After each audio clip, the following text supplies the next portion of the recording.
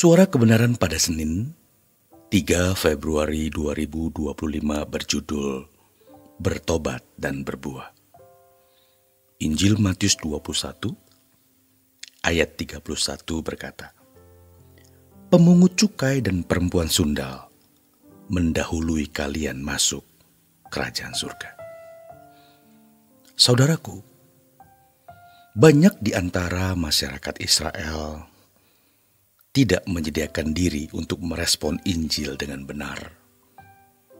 Buktinya, mereka salah mengenal maksud kedatangan Yesus, di mana mereka mau menjadikan Yesus menjadi juru selamat duniawi.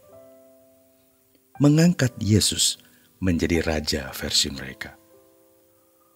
Orang-orang Farisi, Saduki, imam-imam kepala atau orang-orang agamawi memiliki roh agamawi yang juga tidak bisa menerima kebenaran Injil dan tidak memahami, tidak memiliki keselamatan. Inilah yang terjadi dalam kehidupan bangsa Israel waktu itu, yang terbelenggu dengan berbagai belenggu duniawi. Mereka salah memahami maksud kedatangan Tuhan Yesus. Orientasi pikiran mereka adalah berkat jasmani, kemakmuran lahiriah, kejayaan duniawi. Sementara orang-orang yang kelihatan moralnya baik tetapi memiliki roh agamawi, membuat mata mereka tertutup kepada kebenaran Injil.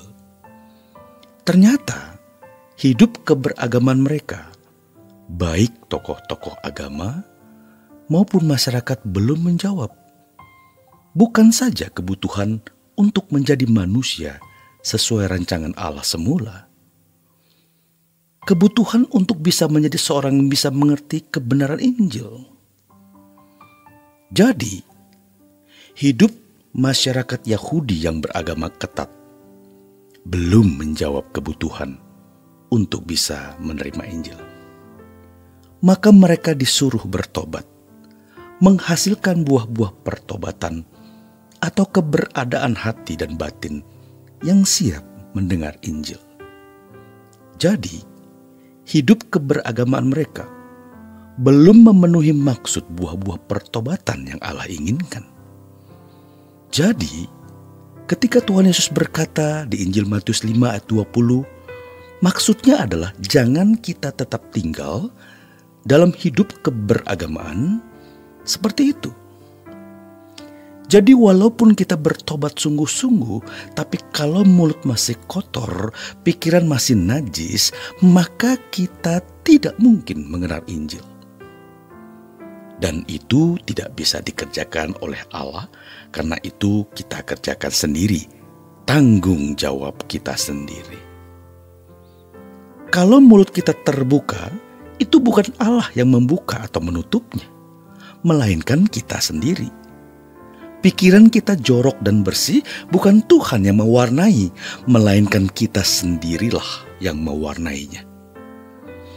Maka saudaraku, kita harus bertobat dan menghasilkan buah-buah pertobatan supaya simultan dengan penggarapan Roh Kudus untuk mencapai manusia sesuai rancangan Allah semula. Jangankan sempurna, baik saja kita belum. Tapi kalau orang sudah salah mengerti, bukan karena perbuatan baik orang selamat misalnya, lalu baik pun tidak diusahakan, disitulah setan membuat banyak Kristen binasa. Memang bukan karena perbuatan baik kita selamat. Allah yang mengerjakan keselamatan itu. Bukan karena kita berbuat baik, tapi karena anugerah. Tapi dengan keselamatan disediakan, maka kita harus bertobat. Supaya kita bukan hanya menjadi baik, melainkan sempurna. Buah-buah pertobatan kita yang harus kerjakan. Dan akan diproses terus secara simultan atau bersama-sama oleh pimpinan Roh Kudus sampai kepada kesempurnaan. Kalau niat menjadi baik dan menghasilkan buah pertobatan tidak ada dalam hidup kita, selesai sudah. Artinya apa? Kita pasti terbuang dalam api kekal. Dalam Matius 21 ayat 31 Tuhan mengatakan begini, pemungut cukai dan perempuan sundal mendahului kalian masuk kerajaan surga. Perempuan sundal dan pemungut cukai itu dianggap sebagai orang-orang berdosa, namun bisa mendahului masuk surga. Ayat ini seakan-akan mengatakan biar brengsek bagaimana gampang masuk surga kalau percaya Yesus. Jangan kita salah mengerti, saudaraku. Ayat-ayat ini tidak boleh dipahami bahwa orang yang berkeadaan dosa tetap dengan mudah masuk kerajaan surga. Sebaliknya, kita harus mengerti bahwa sekalipun mereka orang-orang yang secara moral sudah rusak berat, tetapi mereka adalah orang yang sungguh-sungguh meninggalkan perbuatan dosa mereka. Ini yang harus kita tahu. Mereka adalah orang-orang yang meninggalkan perbuatan dosa mereka sampai memenuhi buah-buah pertobatan yang Allah inginkan. Dalam Injil Lukas 7 ayat 29 dikatakan bahwa para pemungut cukai datang memberi diri dibaptis oleh Yohanes Pembaptis. Ya, para pemungut cukai berarti banyak orang. Dan dikatakan juga di ayat itu, mereka mendengar pengajaran Yesus dengan tekun, tidak membantah. Ini pertobatan yang sungguh-sungguh. Perempuan berdosa, perempuan sundal yang mengurapi Yesus, apakah kita ingat? Tanpa perkataan, menangis di dekat kaki Yesus, menyeka kaki Yesus dengan air matanya. Dia tidak peduli orang membicarakan apa tentang dirinya, dia muncul. Ini pertobatan yang sungguh-sungguh. Contoh lain misalnya Sakeus. Sakeus bukan hanya berhenti berbuat dosa, namun separuh hartanya diberikan kepada orang miskin, dan kalau ada orang yang pernah dia peras, dia kembalikan 4 kali lipat. Itu adalah buah pertobatan.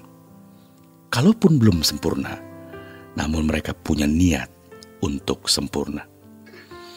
Jadi saudaraku sekalian, pertobatan artinya berhenti dari berbuat salah. Ini adalah sebuah kemutlakan dan menghasilkan buah-buah pertobatan sesuai keinginan Bapa. Bukan hanya baik, tapi sesuai keinginan Bapa. Tanpa pertobatan seperti itu, seseorang tidak dapat mengerti Injil kebenaran. Pertobatan atau berbalik dari perbuatan dosa adalah pertobatan yang sejati yang Allah kehendaki. Tuhan tidak akan menerima orang yang tidak berbalik dari jalannya yang jahat, sekalipun mulutnya mengaku Yesus sebagai Tuhan dan Juru Selamat. Sebab untuk mengaku Yesus sebagai Tuhan dan Juru Selamat itu mudah, apalagi yang terlahir dari keluarga Kristen, otomatis. Yohanes Pembaptis menyerukan pertobatan sebagai langkah mempersiapkan jalan bagi Tuhan. Dan keseriusan pertobatan mereka dibuktikan dengan memberi diri dibaptis. Selamat berjuang saudaraku. Tuhan Yesus memberkati.